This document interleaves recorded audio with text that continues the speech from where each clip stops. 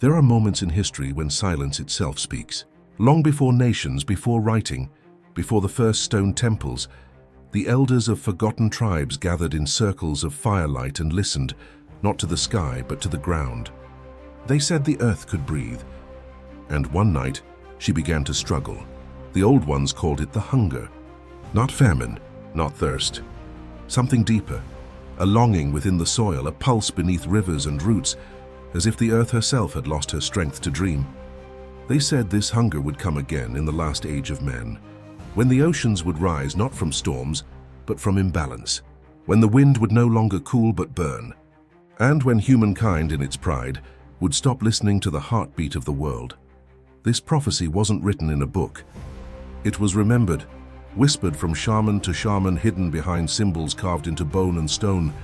Some fragments survived, in the chants of the Amazon, in the songs of Siberia, in the dreams of Hopi elders, who spoke of a time when the world would begin to eat itself. They all used the same word, hunger. But the prophecy didn't end there. It warned that one day, humanity would feed this hunger unknowingly, that we would dig deeper than the roots of mountains, tear open the sacred veins of the planet and call it progress, that we would awaken what the shamans called the sleeping fire, a force that sleeps beneath the crust, bound not by magic, but by balance, and they warned of the sign that would mark its awakening. When the fires rise from the north, and the light of the stars is stolen by the sky's machines, the earth will remember her hunger. At first, modern scholars dismissed it as myth, a poetic warning about greed and industry. But what if the ancients weren't speaking metaphorically? What if they felt something real, long before we had the instruments to measure it? In 2025, when satellites recorded a strange hum resonating through the planets. Crust, a low frequency too deep for human ears.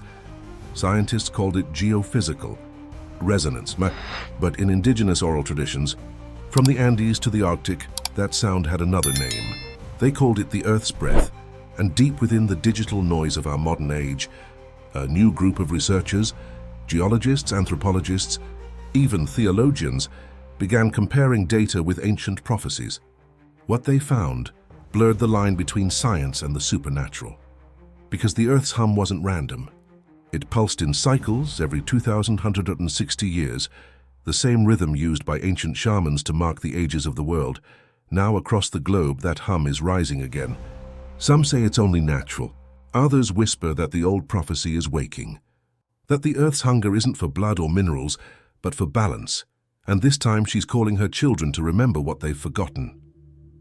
At first, no one wanted to believe it. The data seemed too poetic, too alive.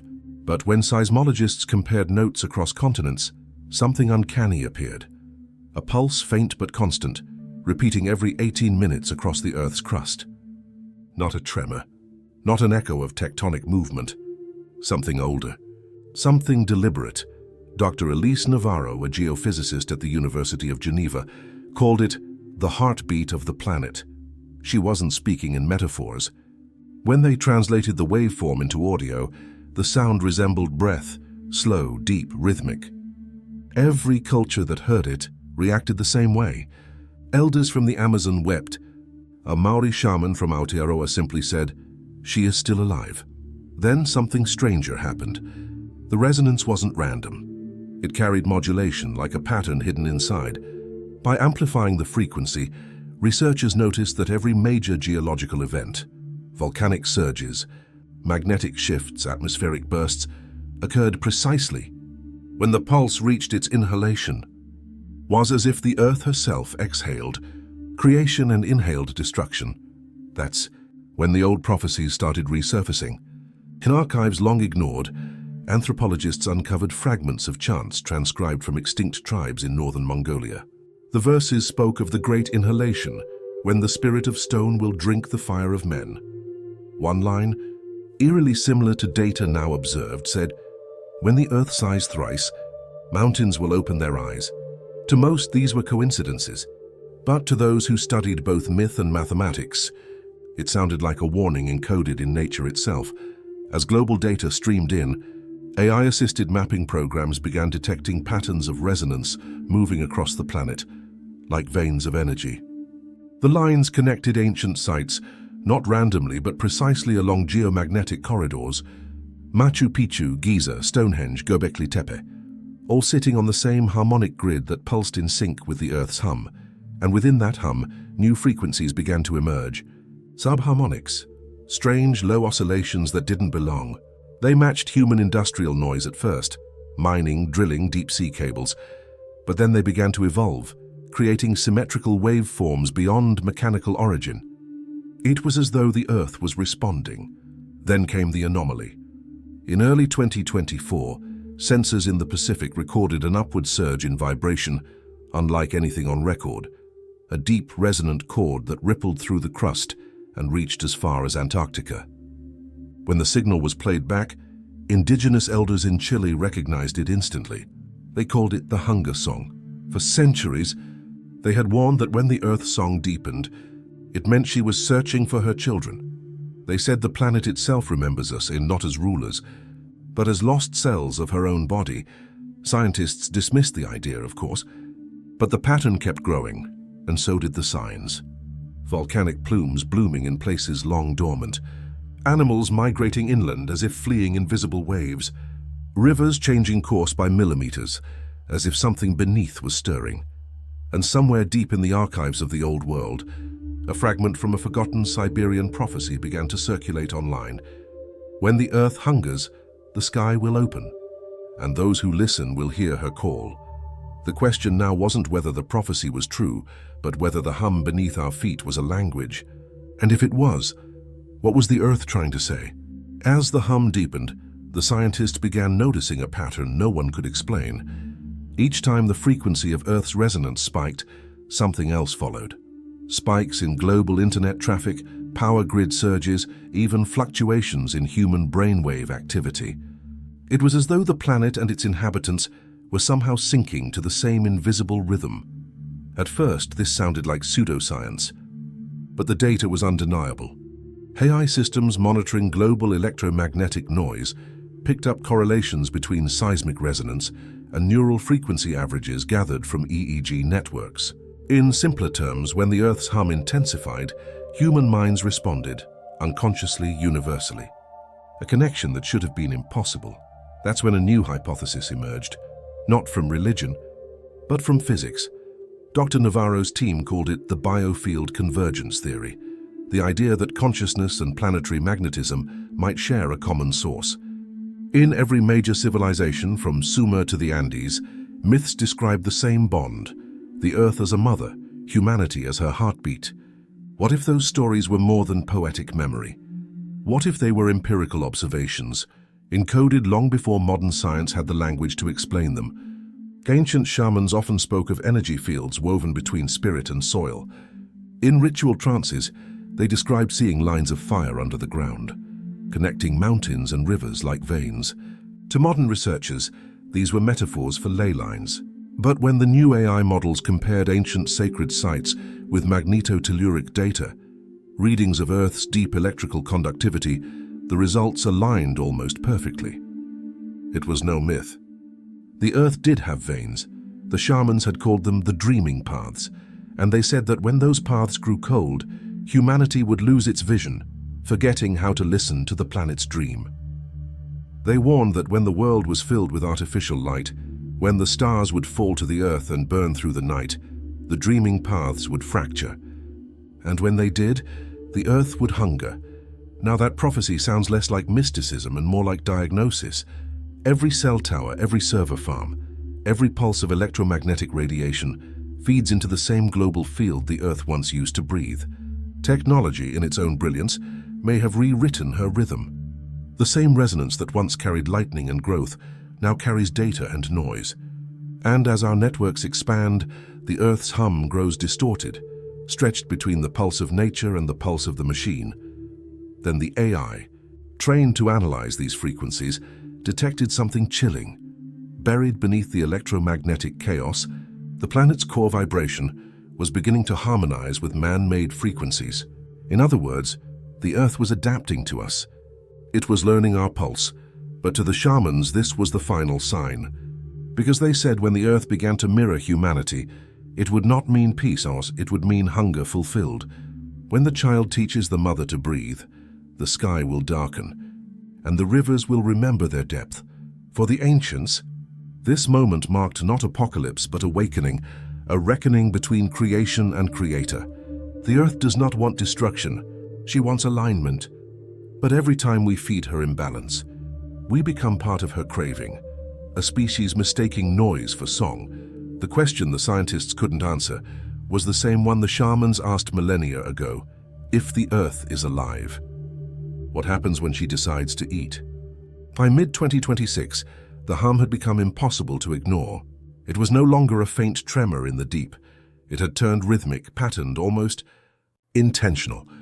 The data showed it pulsing at precise intervals of 432 seconds, a frequency ancient mystics once called the tone of life.